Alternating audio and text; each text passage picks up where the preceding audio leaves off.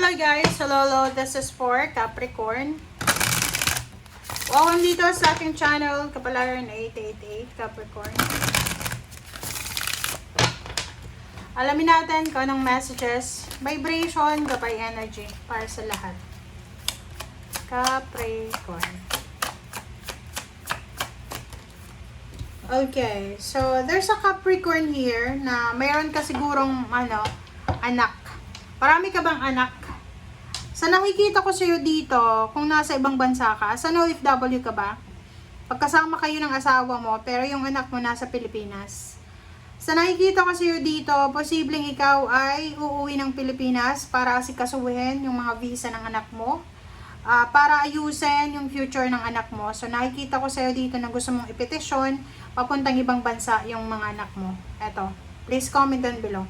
Or maybe you're traveling with your kids. You're relocating, you're traveling with your kids.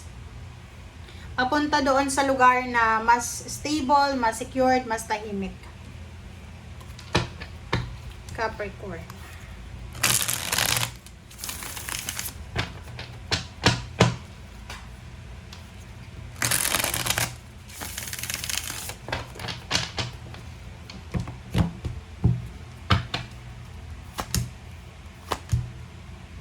Okay, yun. So, sa nakikita ko sa'yo dito, may travel kayo. It's either travel or relocation na gagawin, movement, na kailangan nyo ng pera, malaking halagang pera. So, kinakailangan nyo daw na mag-save ng pera para sa plano nyo ito.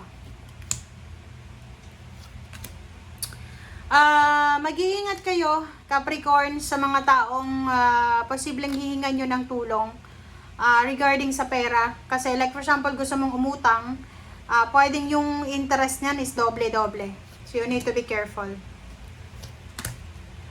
Sa nakikita ko sa'yo dito, Capricorn, meron ditong isang sitwasyon na posibleng magiging sobrang magiging sobrang masakit para sa'yo. So posibleng makakaranas ka ng betrayal sa salapi or pwedeng sa love life. So, pwedeng may makikipaghiwalay sa'yo or posibleng meron kang malalaman na third party siya or pwedeng ikaw ito na may third party na sasabihin mo sa person mo na ayaw mo na, sa gusto mo nang makipaghiwalay. Mayroon ditong heartbroken because of third party, married siya or in a relationship. Na gustong makipaghiwalay. Kailangan ng pera para sa paghihiwalay. Parang gano'n ang energy.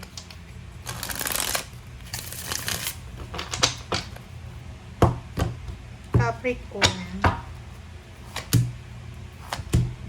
Okay, 7 of Wands and Ace of Pentacles. Sabi ng barahan sa'yo dito, Capricorn, kung may trabaho ka daw, huwag kang magre-resign. Kung may trabaho ka, pagbutihin mo daw yung trabaho mo.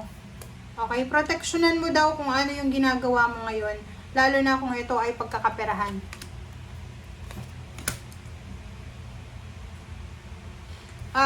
Sa nakikita ko sa'yo dito, parang pagod na pagod ka na. Bago ka lang ba dyan sa trabaho mo or matagal ka na dyan? Kasi sa nakikita natin, sobrang workaholic ka, na napakasipag mo, kumbaga, pagod na pagod ka sa ginagawa mo. So parang balak mong mag-resign, balak mo lumipat ng trabaho na mas magaan, or balak mo talagang umalis. Yun. So, yun ang nakikita ko sa'yo dito. Tingnan mo. Pero, ang sabi ng unang baraha dito, make sure daw na bantayan mo yan. Ibig sabihin, i-save mo kung anong ginagawa mo sa ngayon. Ang hirap pa yung maghanap ng trabaho, guys. So, yun. Kung ikaw ay nahihirapan sa trabaho, gusto mong mag-resign, gusto mong tumigil muna, nako, magdalawang isip ka ha. Kasi ang sabi ng baraha sa'yo, i-save mo muna yung trabaho na yan. Stay put ka muna.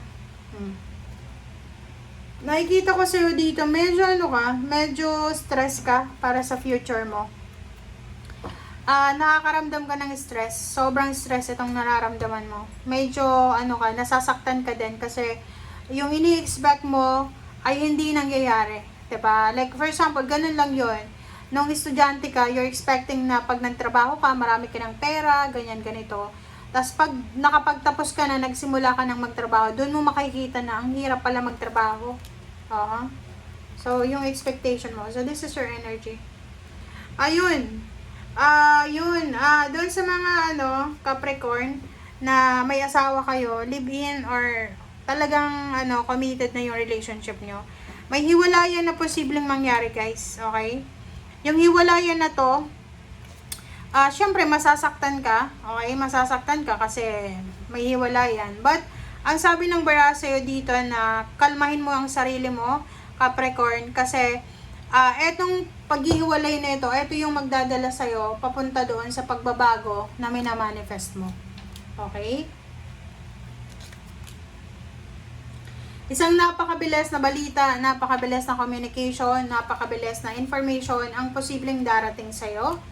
And ito ay tungkol sa pregnancy.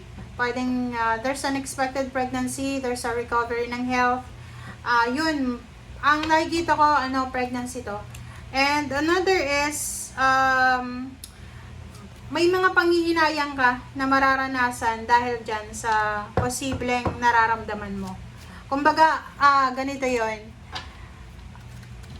Pwedeng, may hiwalayan. Pwedeng naghiwalay kayo ng iyong karelasyon, tapos 1 month lang, nalaman mo na nakabuntis na siya. Nakabuntis ka na siya, so, akala mo magkakabalikan pa kayo, pero yung ending is, nanghinayang ka kasi pwedeng 9 years together na kayo, 5 years, parang ganun, 3 years. And then, nag-cool off lang kayo kasi may misunderstanding. Ayun, nagkaroon na siya ng ibang karelasyon, nabuntis pa. Okay?